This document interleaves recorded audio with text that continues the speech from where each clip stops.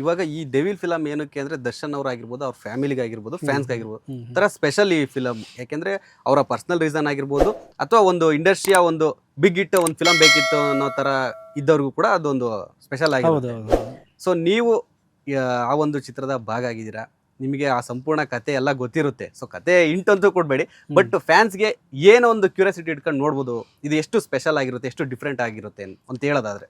So ನನಗೆ ಏನು, ನನಗೆ ಇವನ್ ನನಗೆ ತುಂಬ ಫುಲ್ ಕತೆ ಏನು ಗೊತ್ತಿಲ್ಲ, ಬಟ್ ನನಗೆ ಏನು ಸಾಂಗ್ ಬರೆದ ಸಿಚುವೇಶನ್ಸ್ ಎಲ್ಲ ಗೊತ್ತಿರೋದ್ರಿಂದ, ಸೊ ಆ್ಯಂಡ್ ವಿಜುವಲ್ಸ್ ಈ ಸಾಂಗಲ್ಲಿ ಆಗಿರಬಹುದು ಅದೆಲ್ಲ ನೋಡಿದಾಗ ನನಗೆ and Prakash sir cinema pattern ಏನಿದೆ, ಸೊ ಅದರಿಂದ ನಾನು ಗೆಸ್ ಮಾಡ್ತಿರೋದೇನೆಂದರೆ, ಇನ್ನೇನು ದರ್ಶನ್ ಸರ್ ಸಿನಿಮಾಗಳೆಲ್ಲ ನೋಡ್ಕೊಂಡ್ಬಂದಿದ್ದಾರೆ ಅದಕ್ಕಿಂತ ತುಂಬ ವಿಭಿನ್ನವಾಗಿ ಆ್ಯಂಡ್ ತುಂಬ ಯಂಗಾಗಿ ಕಾಣಿಸ್ತಾರೆ ದರ್ಶನ್ ಸರ್ ಅನ್ನೋದು ನನ್ನ ಒಂದು ಭರವಸೆ ಬಂದಿರೋದು ನನಗೆ. ಆ್ಯಂಡ್ ನಾವು ಏನು ಫ್ಯಾನ್ಸ್ ಏನು ಕಾಯ್ತಿದ್ದಾರೆ ಇಷ್ಟು ಟೈಮಿಂದ, ಆ್ಯಂಡ್ ತುಂಬ ಏರುಪೇರುಗಳನ್ನು ನೋಡಿ ಫ್ಯಾನ್ಸ್ ಅದನ್ನೆಲ್ಲ ಮೀರಿ ಆ ನೋವಿನ ನಡುವೆನೂ ಕೂಡ ಒಂದು ದೊಡ್ಡ ಸಂಭ್ರಮ ಮಾಡುವಂಥ ಎಲ್ಲ ಒಂದು ಕಾರಣಗಳನ್ನು ಡೆವಿಲ್ ಕೊಡುತ್ತೆ ಅನ್ನೋದು ನನ್ನ ಭರವಸೆ.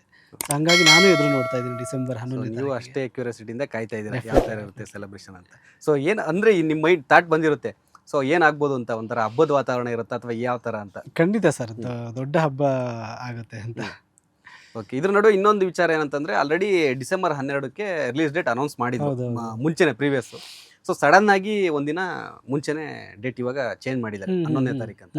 ಸೊ ಏನ್ ರೀಸನ್ ಇರ್ಬೋದು ಅಂತ ಏನಾದ್ರು? ಅಂದ್ರೆ ಅಲ್ಲ, ಅವರು ನನಗೂ ಇದ್ರಾಗ ಗೊತ್ತಿಲ್ಲ, ಬಟ್ ನನಗೆ ಅವ್ರು ಹಾಕಿರೋ ಪ್ರಕಾರ ಫ್ಯಾನ್ಸ್ ಒಂದು ಅಪೇಕ್ಷೆ ಮೇರೆಗೆ ಅಂತ ಹಾಕಿದ್ದಾರೆ. ಸೊ ಸಿನಿಮಾ ಮಾಡೋದೇ ಫ್ಯಾನ್ಸ್ಗೋಸ್ಕರ ಅಂದಾಗ, ಸೊ ಅವ್ರಿಗೋಸ್ಕರ ಆ ಚೇಂಜಸ್ಗಳು ಮಾಡ್ಕೊಳ್ಳೋದ್ರಲ್ಲಿ ಯಾವುದೇ ಇದಿಲ್ಲ. ಹಾಗಾಗಿ ಅದೇ ಅವರು ಹೇಳಿರೋದು, ಫ್ಯಾನ್ಸ್ ಅಪೇಕ್ಷೆ ಮೇರೆಗೆ ಡಿಸೆಂಬರ್ 11ಕ್ಕೆ ಒಂದಿನ ಮುಂಚೆನೇ ಬರ್ತಾ ಇದ್ದೀವಿ ಅಂತ ಇದು ಮಾಡಿರೋದು. ಸೊ ಅದು ಒಂದು ಸ್ವಾಗತಾರ್ಹ ಅಂತ ಹೇಳ್ಬೋದು. ಓಕೆ, ಅದಕ್ಕೆ ಅಂದರೆ ಒಂದಿನ ಬಿಫೋರ್ ಬರ್ತಿರೋದ್ರೆ ಏನು ಸಮಸ್ಯೆ ಇಲ್ಲ ಅಂತ? ಇಲ್ಲ ಅದೇನಿಲ್ಲ, ನಮಗೆ ಅದು ಟೆಕ್ನಿಕಲಿ ಹೆಂಗೆ ಏನಕ್ಕೆ ಅಂತ ಗೊತ್ತಿಲ್ಲ, ಬಟ್ ನಾನು ಎಲ್ಲ ನೀವೆಲ್ಲ ಹೆಂಗೆ ನೋಡಿದ್ರೆ ಹಾಗೆ ನೋಡಿರೋದು, ಪೋಸ್ಟಲ್ಲಿ ನೋಡಿರೋದ್ರ ಪ್ರಕಾರ ಫ್ಯಾನ್ಸ್ ಅಪೇಕ್ಷೆ ಮೇರೆಗೆ ಅಂತಲೇ ಇತ್ತು. ಸೊ ಅಂದರೆ ಫ್ಯಾನ್ಸ್ ಬೇರೆ ಬೇರೆ ಥರ ಪ್ಲ್ಯಾನ್ ಮಾಡ್ಕೋತಾ ಇರ್ಬೋದು ಅನ್ನೋದೊಂದು. ಓಕೆ, ಇವಾಗ ಇನ್ನೊಂದು ಏನಂತಂದರೆ, ಪ್ರತಿಯೊಬ್ಬ ಸ್ಟಾರ್ಗಾಗಿರ್ಬೋದು, ಯಾರೇ ಆಗಿರ್ಬೋದು, ಅವ್ರಿಗೆ ಕಾಂಟ್ರವರ್ಸಿ, ಅದರಲ್ಲೂ ಕೂಡ ಸ್ಟಾರ್ ನಟ ದರ್ಶನ್ ಅವ್ರಿಗೆ ಕಾಂಟ್ರವರ್ಸಿಯಿಂದ ಅವ್ರು ಹೊರಗೇನಿಲ್ಲ. ಸೊ ಕಾಂಟ್ರವರ್ಸಿ ಇದ್ದೇ ಇದೆ. ಸೊ ಈಗ ಡೆವಿಲ್ ಫಿಲಮ್ ಅಲ್ಲಿ ಇವಾಗ ರೀಸೆಂಟಾಗಿ ಒಂದು ಕಾಂಟ್ರವರ್ಸಿ ಬಂತು. ಸೊ ಏನಂತಂದ್ರೆ, ಹಲವರಮ್ಮ ಆ ಒಂದು ಸಾಂಗಿನ ಕಾಪಿ ರೈಟ್ ಆಗಿದೆ. ಅಂದ್ರೆ ಇವರು ತನ್ಮಯ್ ಗುರ್ರಾಜ್ ಅಂತ ಅವರೊಬ್ರು ನನ್ನ ಮಿಸ್ಸಿಂಗ್ ಸಿನಿಮಾ ಇದನ್ನ ಅವರು ಬಳಸ್ಕೊಂಡಿದ್ದಾರೆ ಅಂತ ಒಂದು ಆರೋಪ ಮಾಡಿದ್ದಾರೆ. ಸೊ ಇದ್ರ ಬಗ್ಗೆ ನೀವೇನು ಹೇಳ್ತೀರಾ ಸರ್? ಏನಾಗುತ್ತೆ ಈಗ, ಒಬ್ರು ಮ್ಯೂಸಿಕ್ ಕಂಪೋಸಿಂಗ್ ಅಂತ ಕೂತಾಗ ಡೆಫಿನೆಟ್ಲಿ ಅವ್ರಿಗೆ ಕ್ರಿಯೇಟ್ ಮಾಡೋದೇ ಈಸಿ, ಬಿಟ್ಟರೆ ಯಾವುದೋ ಒಂದು ಸಾಂಗನ್ನ ಯಾವುದರಿಂದ ನಾನು ಇನ್ಸ್ಪೈರ್ ಆಗಲಿ ಅಂತ ಹುಡ್ಕೋದಿದೆಯಲ್ಲ, ಅದು ತುಂಬ ಕಷ್ಟ. ಅದನ್ನ ಯಾರೂ ಮಾಡಲ್ಲ ಸರ್, ಡೆಫಿನೆಟ್ಲಿ ಯಾರೂ ಮಾಡಲ್ಲ. ಯಾವುದು ಕ್ರಿಯೇಟಿವ್ ಆಗಿ ಏನು ಮಾಡ್ತಾ ಇರ್ತಾರೆ ಅದನ್ನು ತುಂಬ ಎಂಜಾಯ್ ಮಾಡ್ತಾ ಇರ್ತೀವಿ. ಅದ್ರ ಮಧ್ಯೆ ನಾವು ಇದು ಯಾವುದೋ ಒಂದು ಸಿನಿಮಾ, ಅದು ಸ್ಪೆಷಲಿ ಟು ಬಿ ಫ್ರ್ಯಾಂಕ್ ನಂಗೆ ಆ ಸಿನಿಮಾ ಹೆಸರು ಗೊತ್ತಿಲ್ಲ, ಆಯಿತಾ? ಸೊ ಯಾವುದೋ ಕೇಳದೇ ಇರೋ ಸಿನಿಮಾ ಕೇಳಿ ಅದನ್ನು ನನ್ನ ಪ್ರಕಾರ 200% ಆ ಹಾಡನ್ನು ಅವ್ರು ಕೇಳೇ ಇಲ್ಲ. ಆ್ಯಂಡ್ ಈಗ ನಾವೇ ಬರೆಯೋ ಕೂತಾಗ ನಾನು ಬರೆದಿರೋ ಒಂದು ಏನೋ ಫೀಲಿಂಗ್ಗಳು ಇನ್ಯಾರೋ ಒಬ್ರು ಬರೀಬಹುದು. ಹೌದು. ಸೊ ನಾವು ಹೇಳ್ತೀವಿ, ಪ್ರಪಂಚದಲ್ಲಿ ಒಂದೇ ಥರ ಕಾಣೋ ಎಷ್ಟೋ ಜನ ಇರ್ತಾರೆ, 7 ಜನ ಇರ್ತಾರೆ, ಇಷ್ಟು ಜನ ಇರ್ತಾರೆ ಅಂತ. ಸೊ ಯೋಚನೆಗಳು ಬರೋದಕ್ಕೆ ಸಾಮಾನ್ಯ, ತುಂಬ ಸಾಮಾನ್ಯ ಅದು. ಯಾಕಂದರೆ ಎಲ್ಲರೂ ಒಂದೇ ಥರದ್ದು ಮ್ಯೂಸಿಕ್ ಕೇಳ್ತಾ ಇರ್ಬೋದು, ಯಾವ್ಯಾವುದೋ ಮ್ಯೂಸಿಕ್ ಕೇಳ್ತಾ ಇರ್ಬೋದು. ಆ್ಯಂಡ್ ತುಂಬ ಕಷ್ಟದ ಕೆಲಸ ಅನ್ಸೋದು ನನಗೆ ಮ್ಯೂಸಿಕ್ ಕಂಪೋಸಿಂಗ್. ಯಾಕಂದರೆ ದಿನ ಅವರು ಏನೇನೋ ರೀಲ್ಸ್ಗಳು, ಯಾವುದ್ಯಾವುದೋ ಸಾಂಗ್ಸ್ ಕೇಳ್ತಾ ಇರ್ತಾರೆ, ಏನೇನೋ ಕೇಳ್ತಾ ಇರ್ತಾರೆ.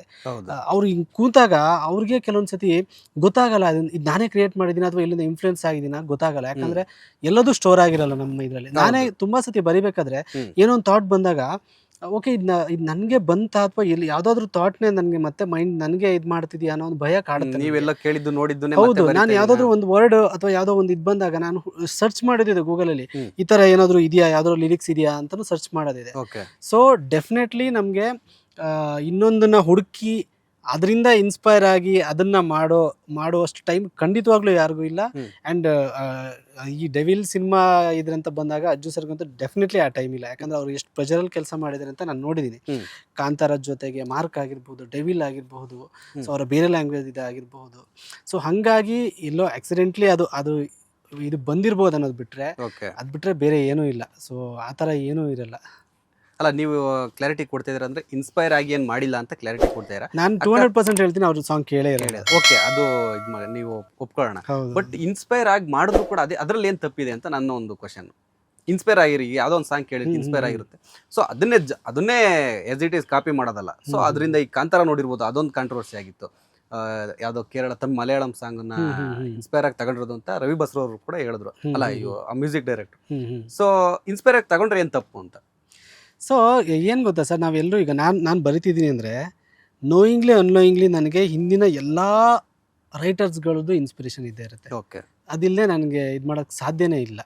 ಸೊ ಒಬ್ರು ಕಂಪೋಸರ್ ಅಂತ ಬಂದಾಗ ಅವರ ಹಿಂದಿನ ಜನ್ರೇಷನ್ ಮ್ಯೂಸಿಕ್ನೆಲ್ಲ ಈಗ ಒಬ್ಬ ಕಂಪೋಸರ್ ಸ್ಟ್ರೈಟ್ ಅವೇ ನಾನು ಒಂದು ಸಾಂಗ್ ಕೇಳೇ ಇಲ್ಲ, ಈಗ ಒಂದು ಸಾಂಗ್ ಕಂಪೋಸ್ ಮಾಡ್ತೀನಿ ಅಂತ ಕೂತ್ರೆ ಡೆಫಿನೆಟ್ಲಿ ಸಾಧ್ಯ ಇಲ್ಲ.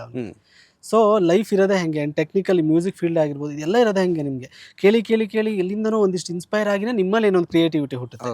ಒಬ್ಬ ಸಿನಿಮಾ ಮೇಕರ್ ಒಂದು ಶಾರ್ಟ್ ತೆಗಿತಾನ ಅಂದರೆ ಸೊ ಅವ್ನು ಎಷ್ಟೋ ಸಿನಿಮಾಗಳ ನೋಡಿರ್ತಾನೆ. ಸೊ ಅದೆಲ್ಲ ಇನ್ಸ್ಪೈರ್ ಆಗಿನೇ ಬರೋಕ್ಕೆ ಸಾಧ್ಯ. ಸೊ ಯಾವುದೋ ನಾನು ಎಲ್ಲೂ ನೋಡ್ದೇನೆ ಒಂದು ಕೋಣೆಯಲ್ಲಿ ಕೂತ್ಕೊಂಡು ಒಂದು ಸಿನಿಮಾ ನೋಡಿದೆ, ಒಂದು ಸಾಂಗನ್ನು ಕೇಳಿದೆ, ಒಂದು ಬುಕ್ಕನ್ನು ಓದಿದೆ, ನಾನು ಬರೀತೀನಿ ಅಥವಾ ಕ್ರಿಯೇಟ್ ಮಾಡ್ತೀನಿ ಅಂದರೆ ಅದು ಸಾಧ್ಯನೇ ಇಲ್ಲ. ಸೊ ಒಂದಲ್ಲ ಒಂದು ರೀತಿಯಲ್ಲಿ ಇನ್ಸ್ಪಿರೇಷನ್ ಅಂತ ಇದ್ದೇ ಇರುತ್ತೆ. ಇದರ ಅದು ಲೈಫಿಂದ ಇರ್ಬೋದು ಅಥವಾ ಯಾವುದೋ ಸಿನಿಮಾಗಳಿಂದ ಇರ್ಬೋದು, ಅದು ಇದ್ದೇ ಇರುತ್ತೆ. ಸೊ ಅದು ಹಾಗೇ ಆಗುತ್ತೆ ಸರ್, ಯಾವ ಕ್ರಿಯೇಟಿವ್ ಪರ್ಸನ್ಗಾದ್ರೂ ಅದು ಹಾಗೇ ಆಗುತ್ತೆ ಸರ್. ಲೇಟೆಸ್ಟ್ ಹಾಗೂ ಇಂಟ್ರೆಸ್ಟಿಂಗ್ ಸುದ್ದಿಗಳಿಗಾಗಿ ಬಾಸ್ ಟಿವಿ ಕನ್ನಡ ಚಾನೆಲ್ನ ಸಬ್ಸ್ಕ್ರೈಬ್ ಮಾಡಿ, ಹಾಗೆಯೇ ಬೆಲ್ ಐಕಾನ್ ಪ್ರೆಸ್ ಮಾಡಿ. ಇದರ ಜೊತೆಗೆ ಫೇಸ್ಬುಕ್, ಇನ್ಸ್ಟಾಗ್ರಾಮ್, ಎಕ್ಸ್ನಲ್ಲೂ ಮಿಸ್ ಮಾಡದೆ ಫಾಲೋ ಮಾಡಿ.